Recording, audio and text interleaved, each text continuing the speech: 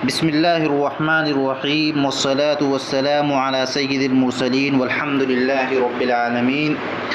آج ہم سورہ التکویر کے بارے میں بات کریں گے۔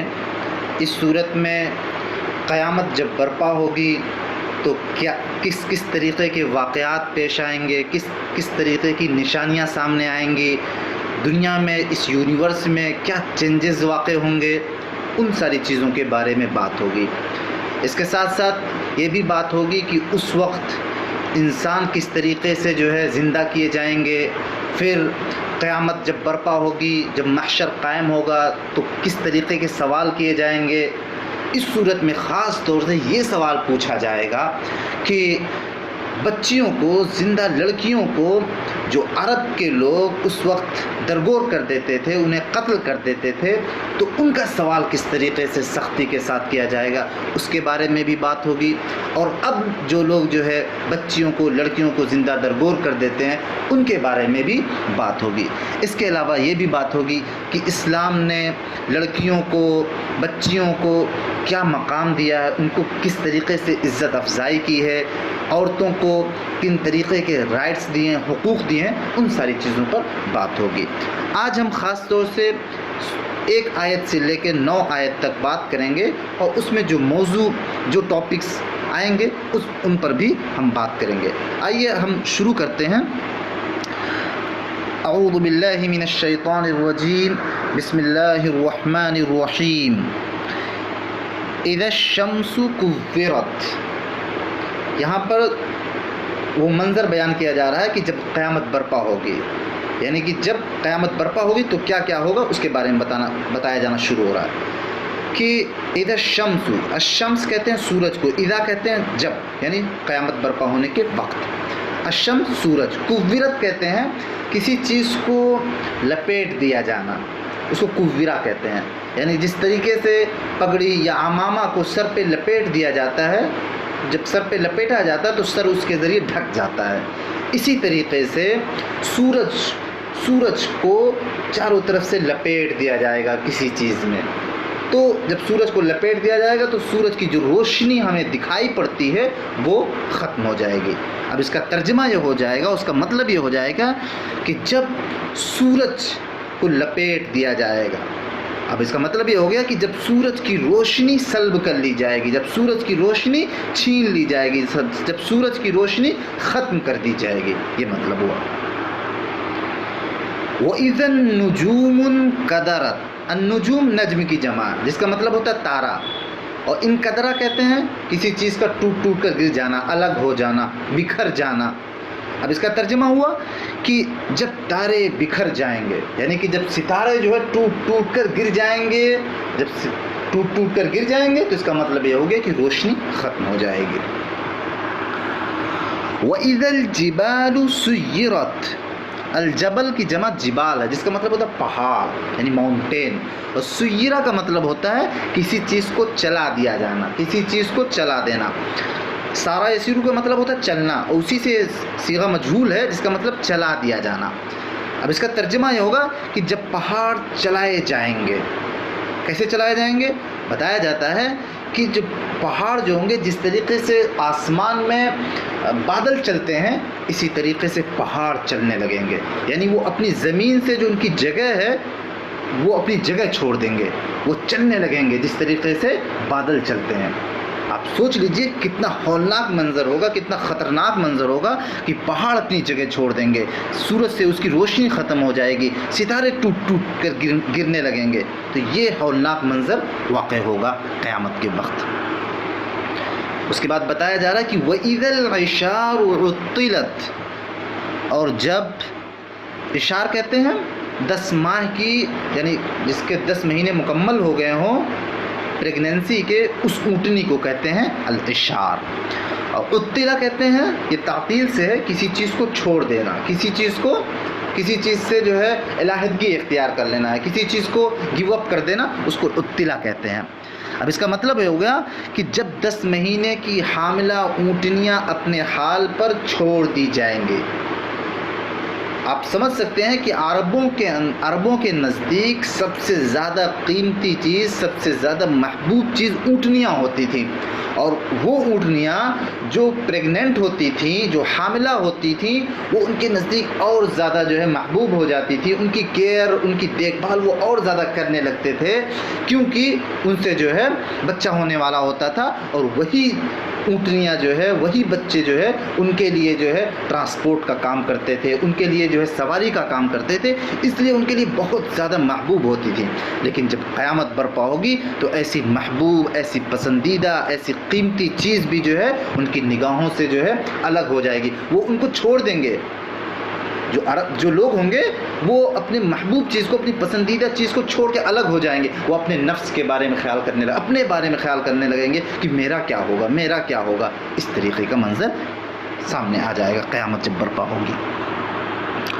چونکہ یہ عرب کے لوگ ہی اس کے مین مخاطب تھے، اس لیے جو ہے اونٹنے کی مثال کے ذریعے ہمیں سمجھایا گیا ہے۔ اب جب قیامت برپا ہوگی تو اور لوگوں کے لیے یہ ہوگا کہ جو ان کے نزدیک سب سے زیادہ محبوب چیز ہوگی، پسندیدہ چیز ہوگی، اس سے بھی وہ غافل ہو جائیں گے۔ یہاں تک کہ بتایا جاتا ہے، حدیثوں میں آتا ہے، قرآن کی آیات میں آتا ہے کہ لوگ اپنے ماں باپ سے، اپنے بہن بھائی سے، اپنی بیوی سے، اپنے بچوں سے جدا ہو جائیں گے، ان سے بالکل علیحدگی اختیار کرنے لگیں گے، اور صرف یہی چیخیں گے نفسی نفسی، کہ میری جان میری جان میری جان۔ وَإِذَا الْوُحُوشُ حُشِّرَتْ، وحشن کی جمع وحوش ہوتا ہے، جنگلی جانور، وہ جانور جن کو آپ پالتے نہیں ہیں، جن کو آپ جو ہے جن کو آپ گھروں میں نہیں رکھتے ہیں، وہ جانور مراد ہے۔ حشرت کہتے ہیں کلیکٹ کرنا، جمع کرنا، یعنی کسی چیز کا اسمبل ہونا۔ تو یہاں مطلب ہو گیا کہ اس وقت جنگلی جانور جمع ہو جائیں گے، جنگلی جانور اکٹھا ہو جائیں گے۔ اب اس کا مطلب یہ ہو جائے گا کہ اتنا ہولناک منظر ہوگا، اتنا خطرناک، اتنا ڈراؤنا منظر ہوگا کہ سارے جانور بھی جو ہے وہ ڈر کے مارے اکٹھا ہو جائیں گے، وہ اپنا جو ان کا کام ہوتا ہے وہ چھوڑ دیں گے۔ یعنی اگر کسی جانور کا کام یہ ہے کہ شکار کر کے کسی انسان کا یا کسی جانور کا شکار کر کے کھانا ہو، تو وہ شکار کر کے کھانا چھوڑ دیں گے، وہ مایوس، ڈرے ہوئے، سہمے ہوئے ایک طرف پڑ جائیں گے۔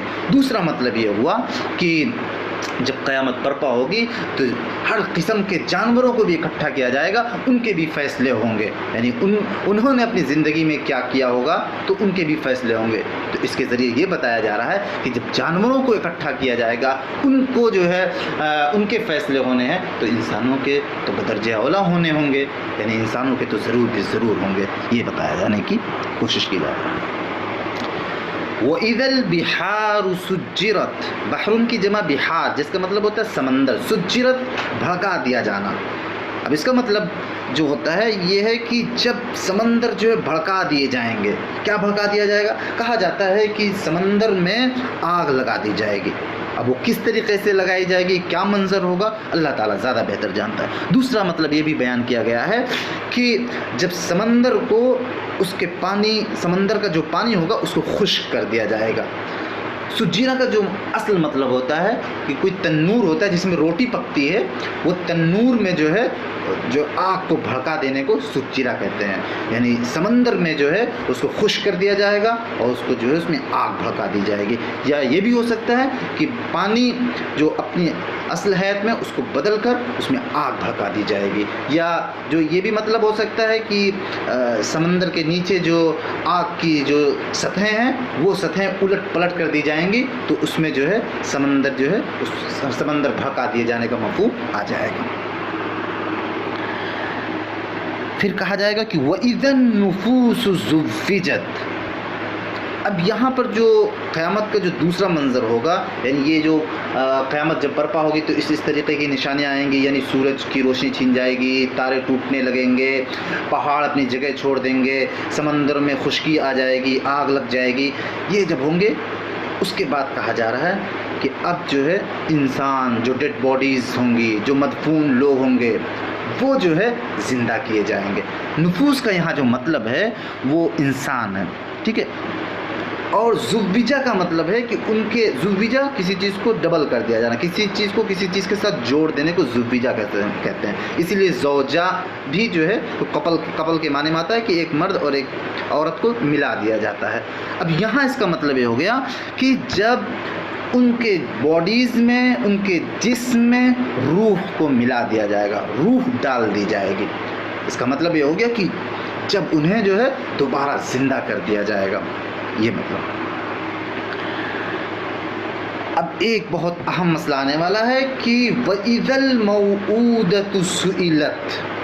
الموعودہ کہتے ہیں وہ بچی، وہ لڑکی جس کو زندہ گاڑ دیا گیا ہو، یعنی جس کو زندہ جو ہے قتل کر دیا گیا ہو، زندہ جو ہے مار کے جو ہے دفنا دیا گیا ہو، اس کو الموعودہ کہتے ہیں۔ اب یہاں پر بتایا جا رہا ہے کہ جب قیامت برپا ہوگی، تو اس وقت جو ہے زندہ گاڑی ہوئی لڑکی سے سوال کیا جائے گا، اس سے پوچھا جائے گا۔ کیا پوچھا جائے گا؟ بِأَيِّ ذَنبٍ قُتِلَتْ، کس جرم میں، کس گناہ میں تمہیں قتل کیا گیا ہے، کس گناہ میں تمہیں قتل کیا گیا ہے۔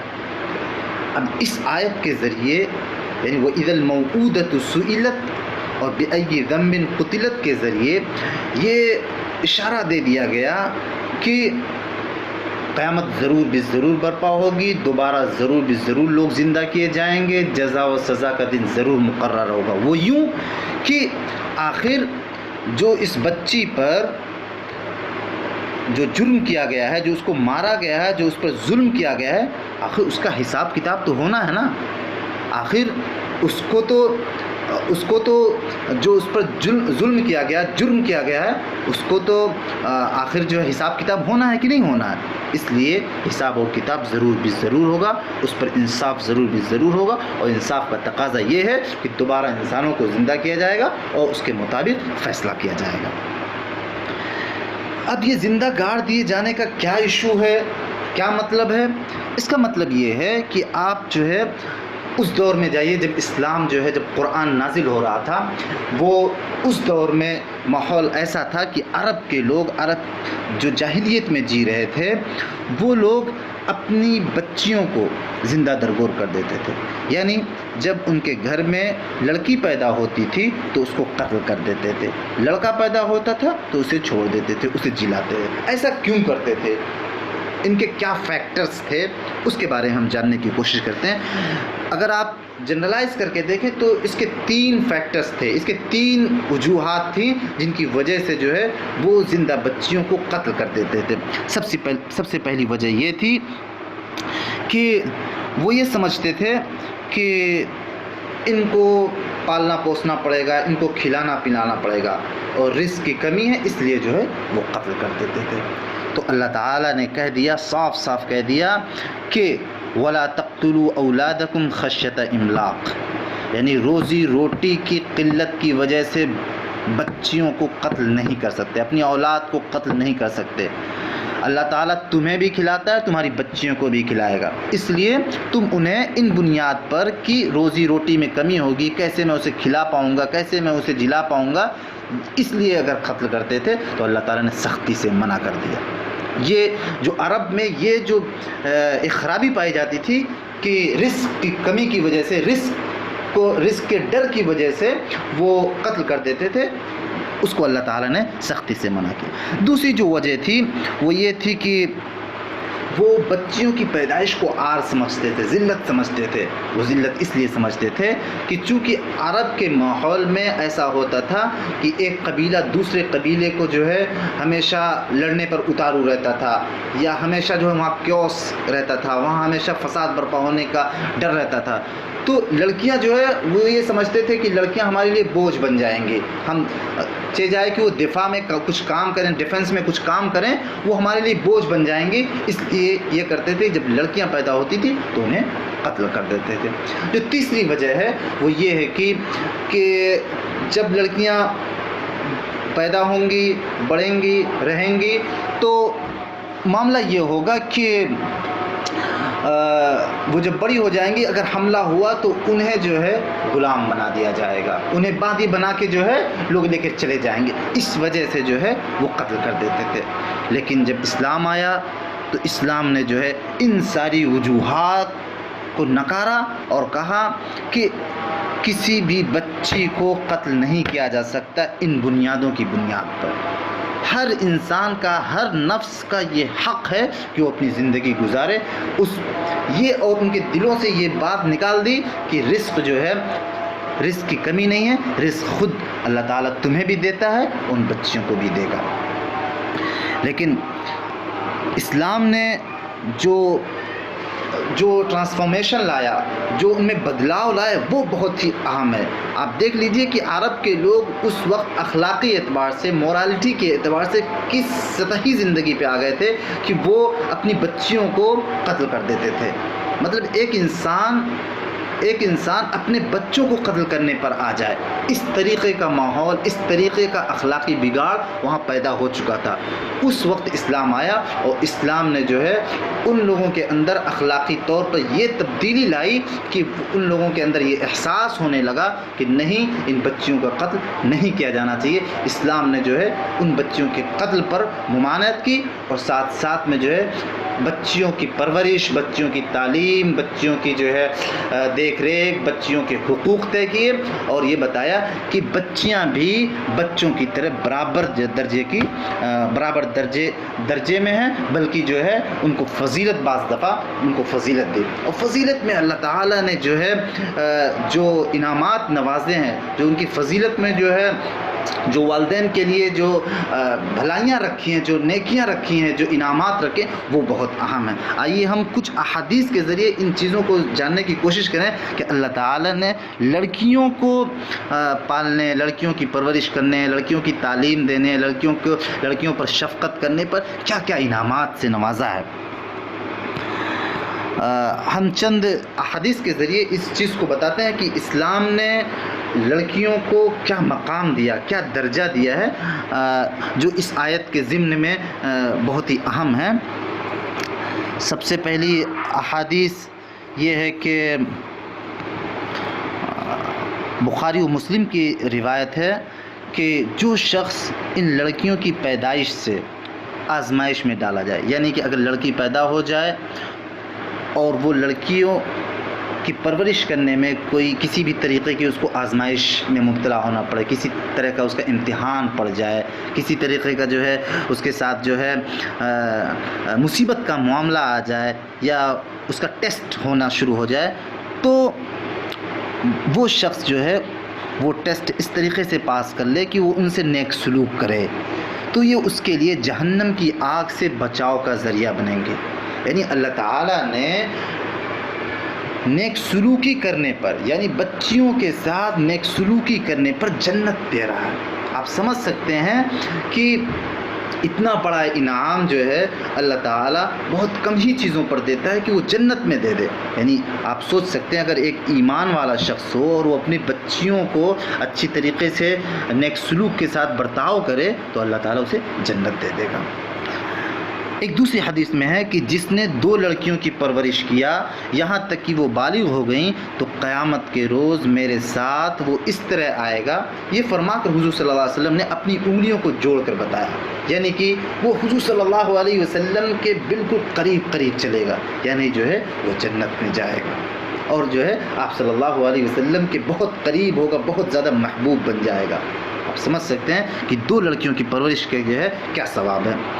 ایک حدیث میں آتا ہے کہ جس شخص نے 3 بیٹیوں یا بہنوں کی پرورش کی، ان کو اچھا ادب سکھایا، ان سے شفقت کا برتاؤ کیا، یہاں تک کہ وہ اس کی مدد کی محتاج نہ رہیں، تو اللہ اس کے لیے جنت واجب کر دے گا. ایک شخص نے عرض کیا، یا رسول اللہ اور 2 لڑکیاں ہو تو؟ حضور نے فرمایا اور 2 بھی. حدیث کے راوی ابن عباس رضی اللہ عنہ فرماتے ہیں کہ اگر لوگ اس وقت ایک کے متعلق پوچھتے تو حضور صلی اللہ علیہ وسلم اس کے بارے میں بھی یہی فرماتے. یعنی آپ سمجھ سکتے ہیں اگر 1 بچی ہو، 2 بچی ہو، 3 بچی ہو یا جتنی بھی بچیاں ہوں، اگر اس کے ساتھ جو ہے حسن سلوک کیا جائے، برتاؤ کیا جائے، اس پر شفقت کی جائے، اس کو تعلیم دی جائے، اس کو حلال اور حرام سکھلایا جائے، تو ایسی بچیاں جو ہیں وہ قیامت میں آپ کے لیے جنت موجب کرنے والی ہوں گی، یعنی جنت آپ کے لیے جو ہے دینے والی ہوں گی. آپ سمجھ سکتے ہیں کتنا بڑا انعام اللہ تعالیٰ نے ان بچیوں کے ذریعے سے مومنین کو عطا فرمایا ہے. ایک اور حدیث میں آتا ہے کہ جس کے ہاں لڑکی ہو اور اسے زندہ دفن نہ کرے، نہ ذلیل کر کے رکھے، نہ بیٹے کو اس پر ترجیح دے، تو اللہ اسے جنت میں داخل کرے گا۔ آپ سمجھ سکتے ہیں یہاں پر اس حدیث کے ذریعے کہ حدیث میں صاف صاف بیان کیا جا رہا ہے کہ بچے اور بچیوں کو ایک درجے میں رکھنا ہے، اس پر ترجیح نہیں دینا ہے، بچیوں پر بچے کو ترجیح نہیں دینا ہے۔ اگر آپ نے ایسا نہیں کیا، یعنی کہ دونوں کو ایک سمان مانا، تو آپ جنت میں داخل ہوں گے۔ آپ سمجھ سکتے ہیں کتنا بڑا انعام اللہ تعالیٰ نے رکھا ہے۔ ایک حدیث میں آتا ہے جس کے ہاں 3 بیٹیاں ہوں اور وہ ان پر صبر کرے اور اپنی وسعت کے مطابق ان کو اچھے کپڑے پہنائے، وہ اس کے لیے جہنم کی آگ سے بچاؤ کا ذریعہ بنیں گی۔ اس کے علاوہ ایک اور حدیث میں آتا ہے، بخاری میں ہے، کہ جس مسلمان کے ہاں 2 بیٹیاں ہوں اور وہ ان کو اچھی طرح رکھے اور اسے جنت میں پہنچائیں گے۔ نبی صلی اللہ علیہ وسلم نے سراقہ بن جاشم سے فرمایا، میں تمہیں بتاؤں کہ سب سے بڑا صدقہ کیا ہے؟ انہوں نے عرض کیا، ضرور بتائیں یا رسول اللہ۔ فرمایا، تیری وہ بیٹی جو طلاق پا کر یا بیوہ ہو کر تیری طرف پلٹ آئے اور تیرے سوا کوئی اس کے لیے کمانے والا نہ ہو، ٹھیک ہے، کمانے والا نہ ہو، تو اس کا تم خیال کرو، ٹھیک ہے، اس کو اپنے ہاں مقام دو، تو یہ سب سے بڑا صدقہ ہوگا۔ آپ سمجھ سکتے ہیں کہ اللہ تعالیٰ نے بچیوں کے پالنے، بچیوں کی پرورش کرنے، بچیوں کے ساتھ حسن سلوک کرنے، بچیوں کا خیال رکھنے پر کتنا بڑا جو ہے انعام سے نوازا۔ ایسا لڑکوں پر نہیں کہا، لیکن بچیوں پر کہا۔ کتنی بڑی فضیلت ہے، کیا اسٹیٹس اللہ تعالیٰ نے عورتوں کا، بچیوں کا جو ہے دیا۔ ایسے حالات میں جب عرب میں بچیوں کو زندہ قتل کر دیا جاتا تھا، زندہ درگور کر دیا جاتا تھا، اس وقت جو ہے اسلام جو ہے ان کو یہ اعلیٰ مقام دے رہا ہے کہ ان کو جو ہے ان کے ذریعے جنت واجب ہو رہی ہے۔ آج بھی یہ حالات ہیں کہ جو بھی جو ہے قتل کرے گا بچیوں کو تو وہ جہنم میں جائے گا، لیکن جو بچیوں کو صحیح سے برتاؤ کرے گا، ان کے ساتھ حسن سلوک کا معاملہ کرے گا، ان کے ساتھ جسٹس اور انصاف کا معاملہ کرے گا، ان کے ساتھ شفقت کا معاملہ کرے گا، تو اللہ تعالیٰ جو ہے اس کو جنت میں ضرور ڈالیں گے۔ یہ ہے عورتوں کا مقام اسلام میں۔ وآخر دعوانا ان الحمد للہ رب العالمین۔ بقیہ آیات کا ترجمہ ہم انشاءاللہ کل کریں گے، اور اس میں جو باتیں ہوں گی اس کو بیان کیا جائے گا۔ وآخر دعوانا ان الحمد للہ رب العالمین۔ صدق اللہ العلی العظیم۔